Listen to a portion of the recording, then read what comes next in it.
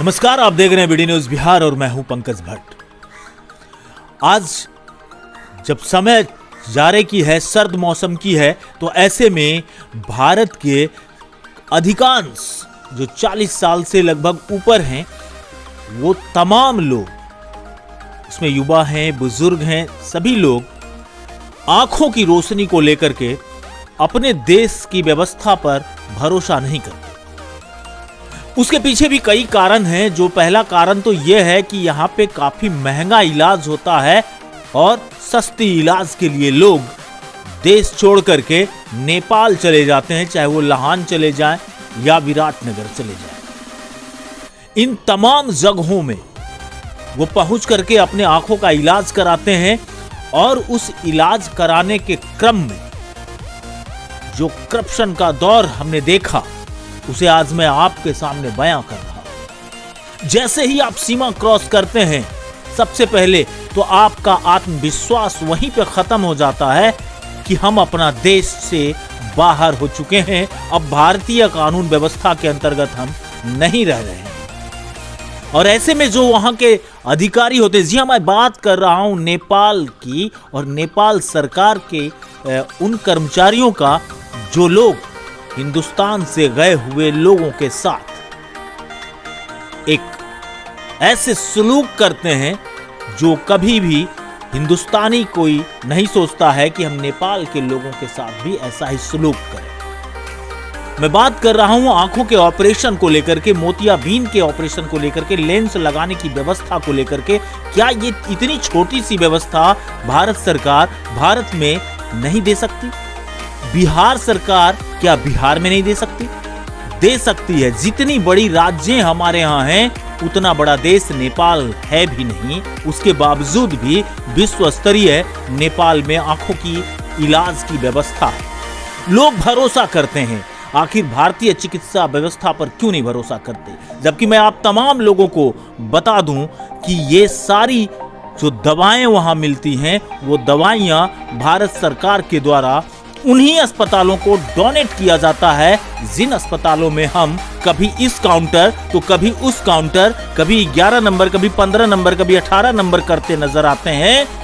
उन्हीं काउंटरों पर भारतीय चिकित्सीय व्यवस्था की दवाइयां उपलब्ध रहती है, और वो भी दान स्वरूप में, जिसे भारत के नागरिक खरीद करके लेकर के आते हैं।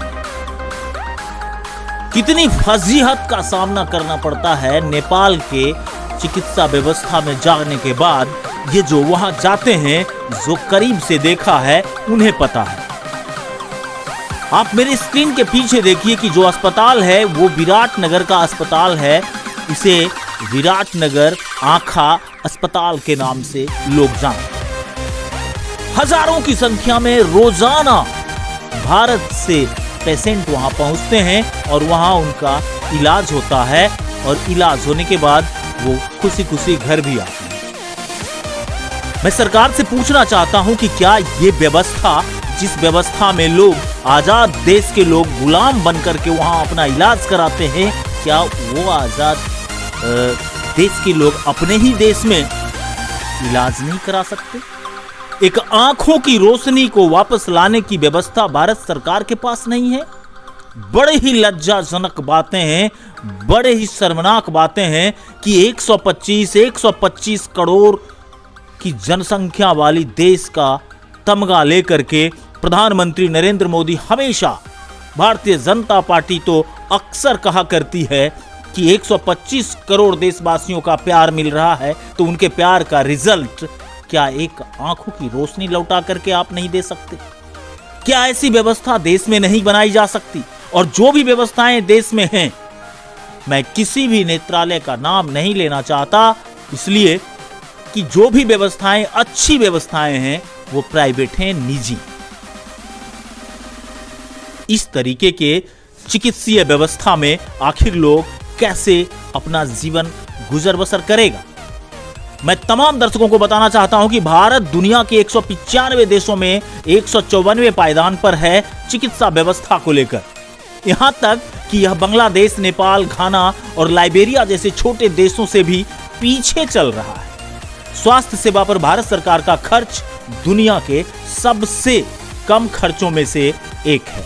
स्वास्थ्य सेवा की बुनियादी ढांचे और इस क्षेत्र में काम करने वाले चिकित्सक, नर्स, पैरामेडिकल स्टाफ, यहां तक कि सफाई कर्मी से लेकर एम्बुलेंस तक का रोना आज भी विभाग रोते रहता है। और मंत्रालय के मंत्री जी सिर्फ सुनने का काम करते हैं।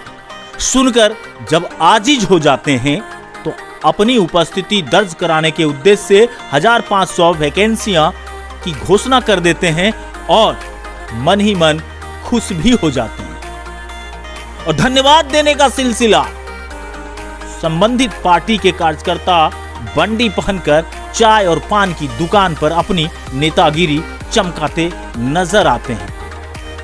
एक जानकारी के मुताबिक में भारत अपने जीडीपी के महज, जी हां, भारत सरकार अपने जीडीपी के महज 1.15% ही स्वास्थ्य सेवा पर खर्च कर पा रही है, जो दुनिया भर के देशों में हो रहे खर्च के अनुपात में बेहद कम है।